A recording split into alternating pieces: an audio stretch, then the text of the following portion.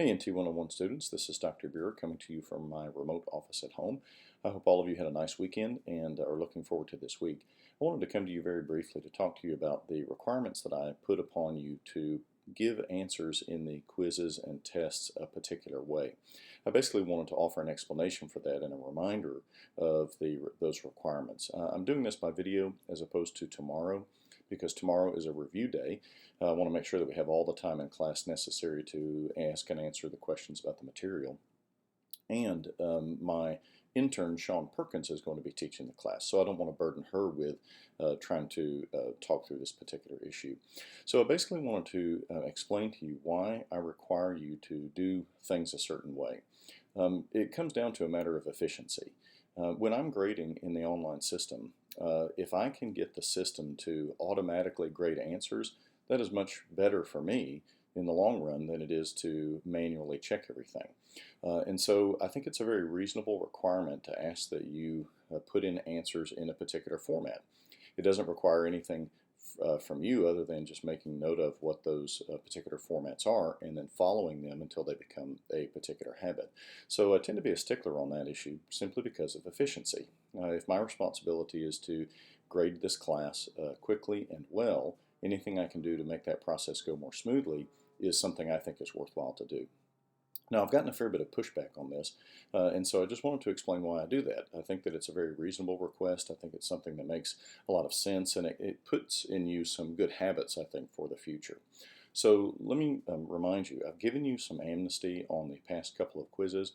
I will not do that on the exam. If things are not in the format that I want, if you don't follow my particular instructions, answers will be counted wrong, and they will be counted fully wrong without any partial credit given after the fact. So let me point out some things to you that I think are the common issues that we need to wrestle with. First and foremost, let me show you this particular document. This is the general quiz instructions.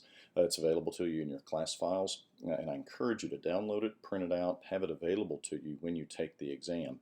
That's perfectly allowable in my opinion. And so take a look at the vocabulary questions. You'll know that, for example, words can have more than one definition. Remember only to list one correct definition. Do not put more than one correct definition in the blank. If you do, the system will compare that to the list of correct ones and mark it as wrong. So only put one correct answer in the blank. When you do paradigms, you'll notice that accents are not part of the spelling.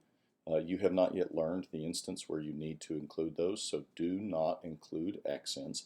I've explained why this is the case. The rules for accentuation in Greek are actually quite complex, and so you'll need to basically ignore them until I tell you that they are important.